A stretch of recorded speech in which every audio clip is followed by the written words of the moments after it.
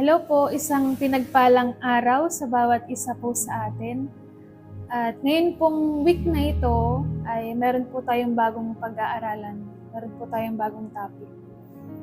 Umpisahan ko po dito, sa atin po ba, naisip na po ba natin kung bakit ang ilang mga Kristiyano noon ay puno ng banal na spirito? Bakit sa ministry nila, sa paglilingkod nila, present na present ang Holy Spirit. Makakita ka ng mga himala, ang bilis nila makapag-produce ng healing, ng miracles sa ministry nila. Na di po pa tayo napapaisip na paano naging mabunga yung paglilingkod nila. Same lang naman po tayo na naglilingkod din sa Diyos. Ano ba yung sikreto nila? Ano ba yung lifestyle nila? Ano ba yung habit na meron sila?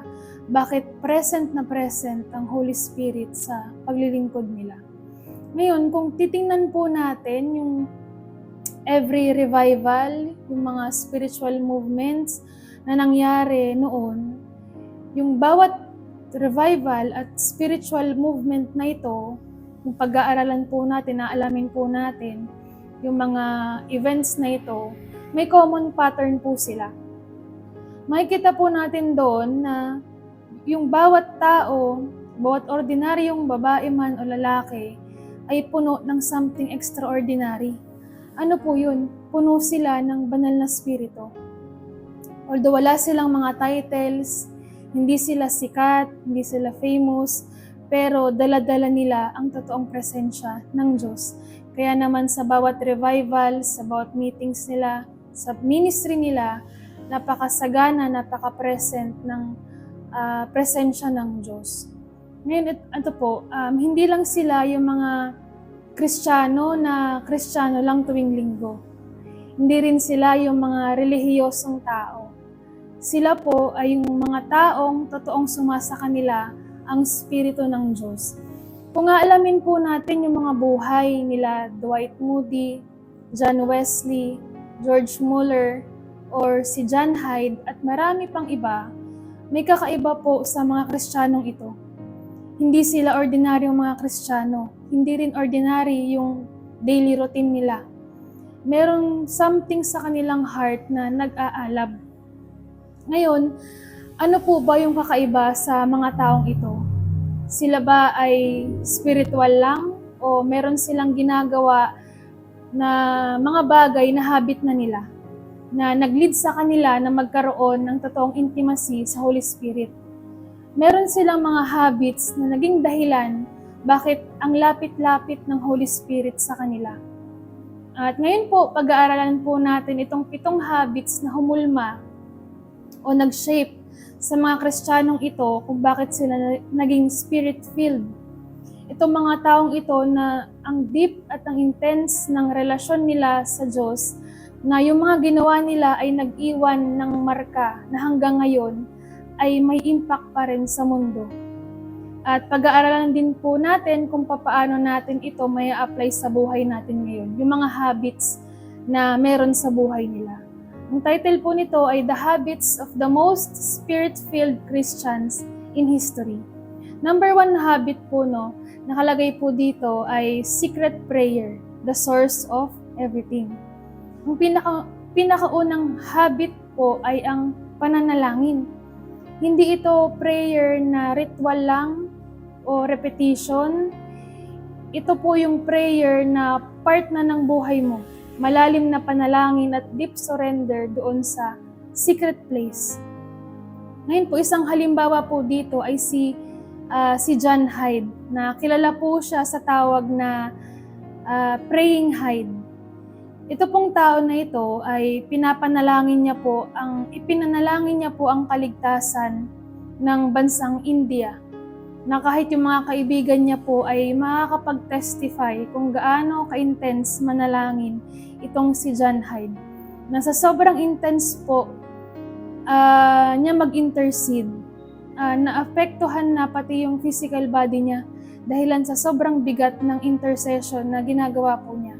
At itong tao na pong ito, nakaugalian niya na rin niya na kumbaga common na rin po sa kanya na maglaan ng mga times, usually sa gabi, magdamag para lang ipanalangin kahit isang taong makasalanan. Ganun po siya ka-devoted, ka-dedicated mag-pray. Yung isang halimbawa pa po ay si George Muller.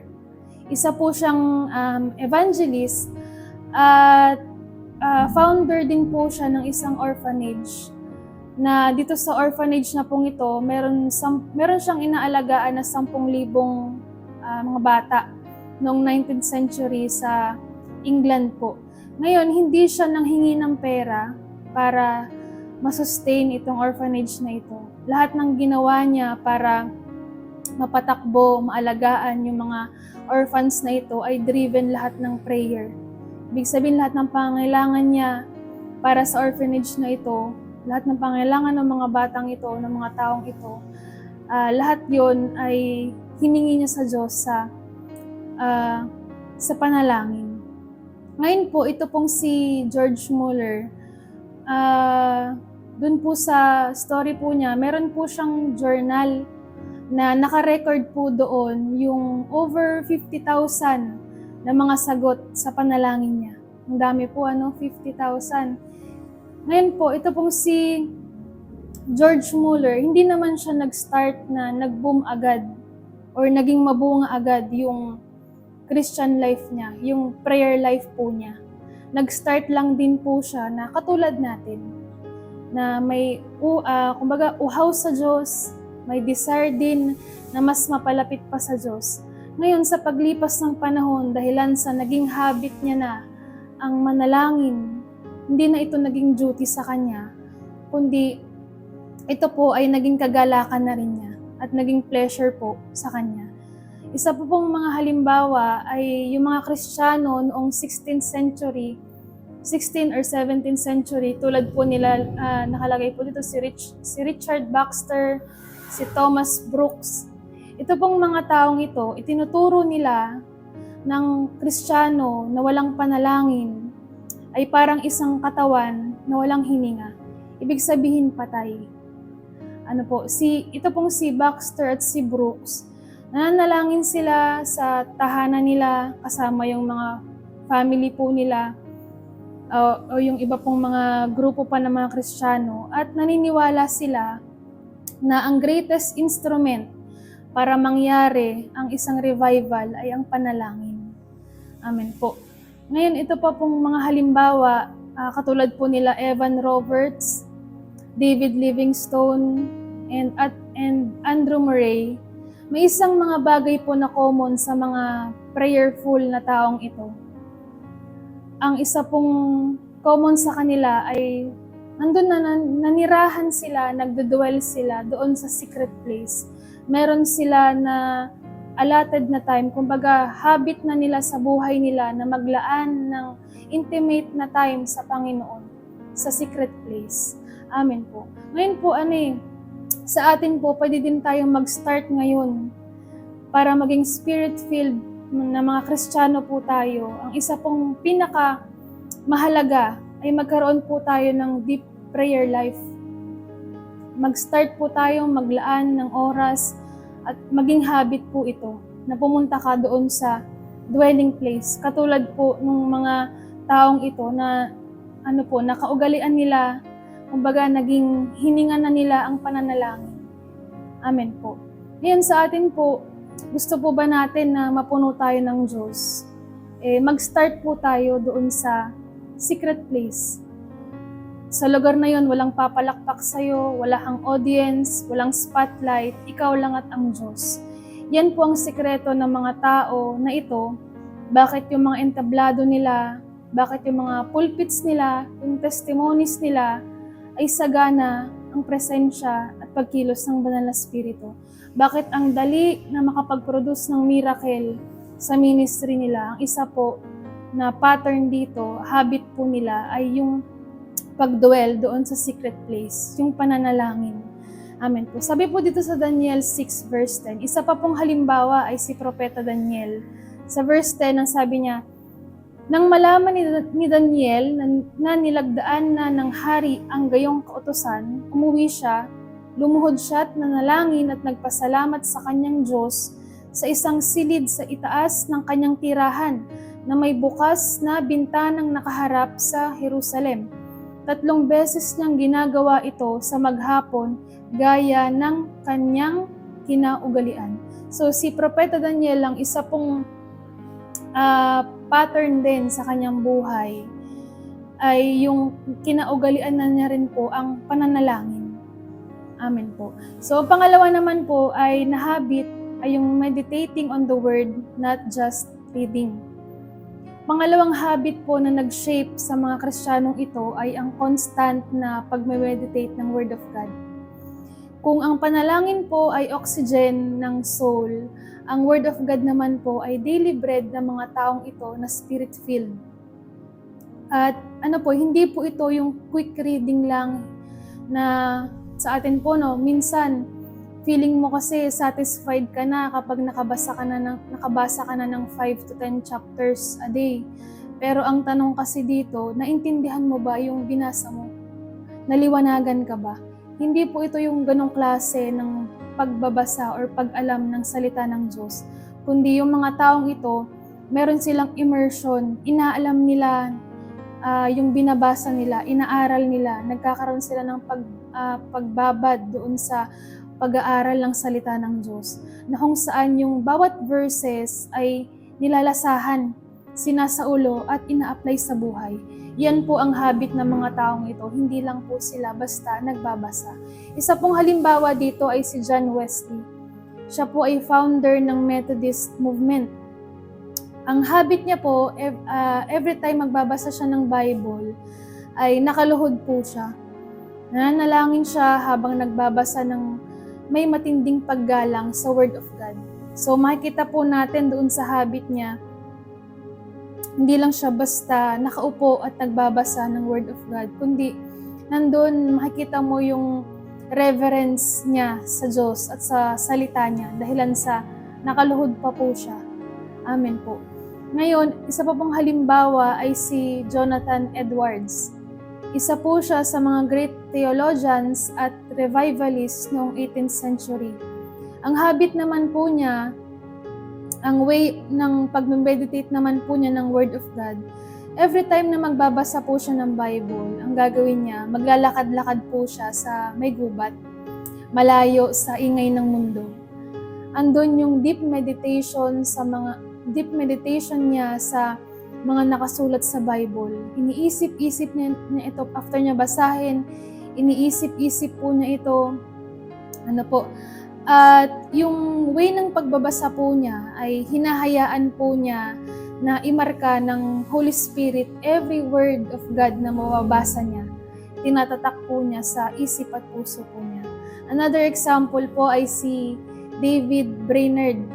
Sinulat niya po sa journal niya na kung paano nagiging buhay ang mga salita ng Diyos during nagpe-pray po siya.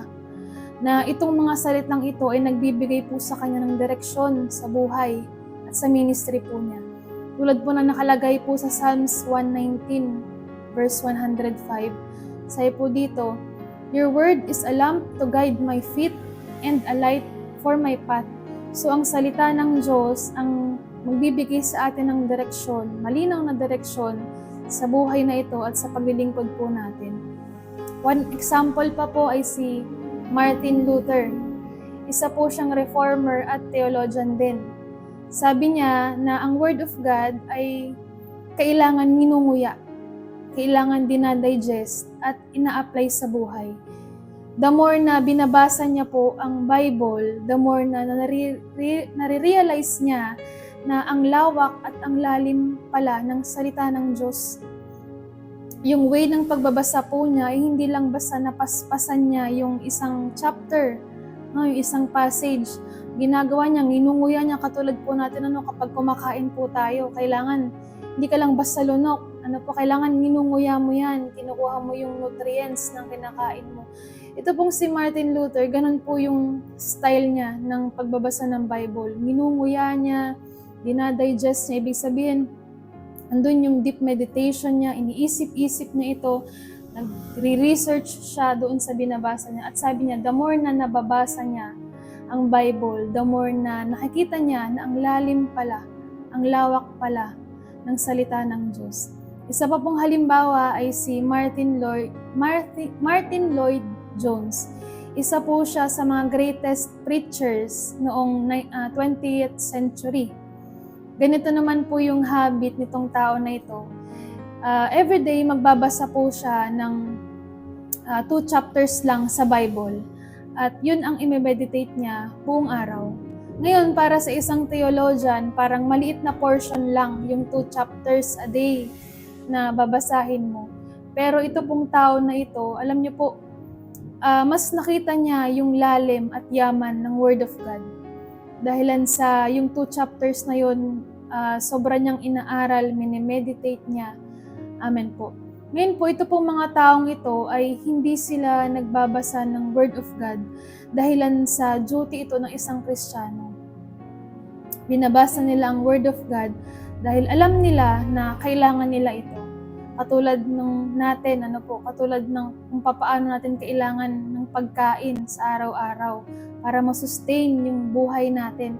Yung mga taong ito, understood na nila na yung pagbabasa, pagme-meditate ng Word of God ay part ng buhay nila at magsusustain ng spiritual life po nila.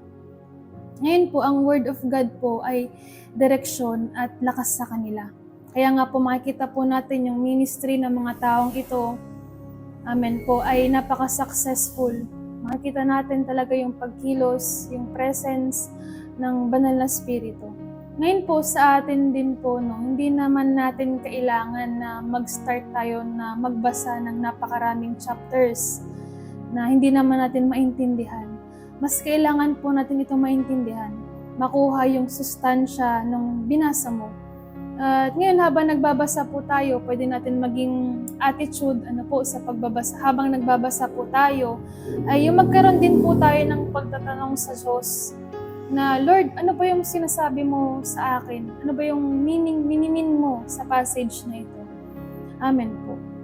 Ngayon po, ang Word of God ay para po siyang isang bottomless well na kahit magsalok ka ng tubig, hindi yan mauubos. Kahit mag-aral ka na mag-aral ng salita ng Diyos, kahit matapos mo ang Bible, basahin mo ulit. Bakit? Kasi yung bottomless well, kahit uminom ka ng tubig dyan, kumuha ng tubig, hindi yan mauubos at palagi nitong masasatisfy yung uhaw mo. At ganon din po sa atin sa pag-aaral ng salita ng Diyos. At ganon din yung naranasan ng mga taong ito. Hinukay nila ng hinukay, inaral nila ng inaral ang salita ng Diyos. Amen po. At yung uhaw nila, yung thirst nila sa Panginoon ay nasatisfy. Amen po. Ngayon meron po, i-close ko po sa isang story. Ito po yung story ni Kenneth Hagin na napakinggan ko po. At some point po sa ministry po niya, nagkaroon po siya ng, nag-alat po siya ng fasting twice a week. Ngayon po, one time, nagpa-fasting po siya at nandun po siya sa kwarto niya, nakaluhod, nanalangin.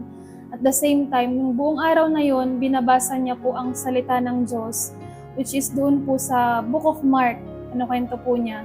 Yung 16 chapters na yon ay binasa po niya buong araw. Ngayon, sa pagbabasa niya po ng Bible, ay dinatapos po siya sa chapter 16. At yung isa sa mga topic doon na naglinger sa isip niya ay yung The Great Commission.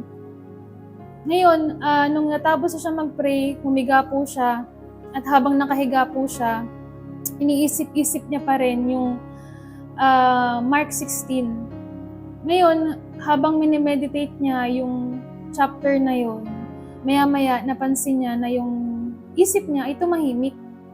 At sa loob niya may nangusap na ang sabi ng boses, napansin mo ba sa Mark 11 verse 23 na 3 times binanggit ang word na say at once lang binanggit ang word na believe. Ngayon, sabi ni Kenneth Hagin, sabi niya sa sarili niya, hindi ko napansin. Ngayon ko lang nalaman. Ngayon ko lang napansin.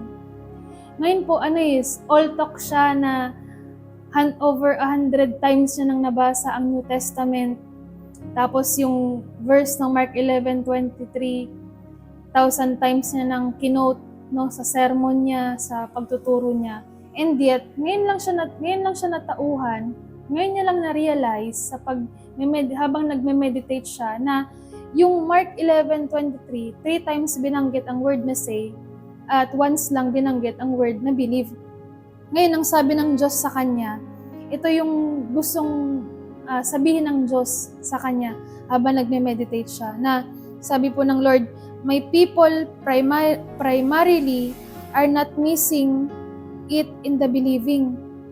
Where they missing it is in what they're saying. So sinasabi ng Diyos kay Kenneth Hagin na yung mga Kristiyano ay okay sila doon sa part ng believing. Ang kulang nila ay yung part ng saying. Ibig sabihin, yung confession. Kaya naman, nung time na yon, kumbaga nagkaroon ng revelation kay Kenneth Hagin na mas magturo din ang tungkol sa confession. Ang faith natin, ang tutulak dyan ay ang confession. Amen po. Na to this day, sa church din po natin, ay tinuturo din po sa atin. Amen po. At yun lamang po, ito po ay 2 sa 7 na habits ng mga spirit-filled Christians sa history. So abangan po natin yung mga susunod na habits na pwede nating i-apply sa buhay natin. Kasi alam po bawat isa po sa atin ay nagde-desire tayo ng direksyon sa Holy Spirit. Nagde-desire tayo ng mabunga na ministry. At ang isa po ay baguhin natin may mga bagay tayo na kailangan baguhin sa lifestyle natin. May mga bagay tayo na kailangan gawin na habit in order na mas maging present ang Holy Spirit, mas maging malinaw sa atin ang direksyon ng banal na Espiritu. Amen po. So yun lamang po ang ma-share ko po at pray po tayo. Ama, sa pangalan ni Jesus, Panginoon, nagpapasalamat kami sa mga nalaman namin sa oras na ito. Dalangin namin, O Diyos, na magkaroon din kami ng habits, Panginoon, na katulad ng mga spirit-filled Christians na ito. At Lord, hayaan mo na turuan mo pa kami na mas mangarap pa ng mataas sa ministry na pinagkatiwala mo sa amin. Salamat, Panginoon, mas maging present pa ang banal mong Espiritu sa buhay namin. Salamat, Lord, sa mga himala na gagawin mo. Salamat, Panginoon, sa mga bagay na gagawin mo pa sa aming buhay. Salamat, Lord, na-appreciate ka namin sa oras na ito. Pinupuri ka namin sa pangalan ni Jesus. Amen. So, magandang araw po sa bawat isa sa atin. God bless po.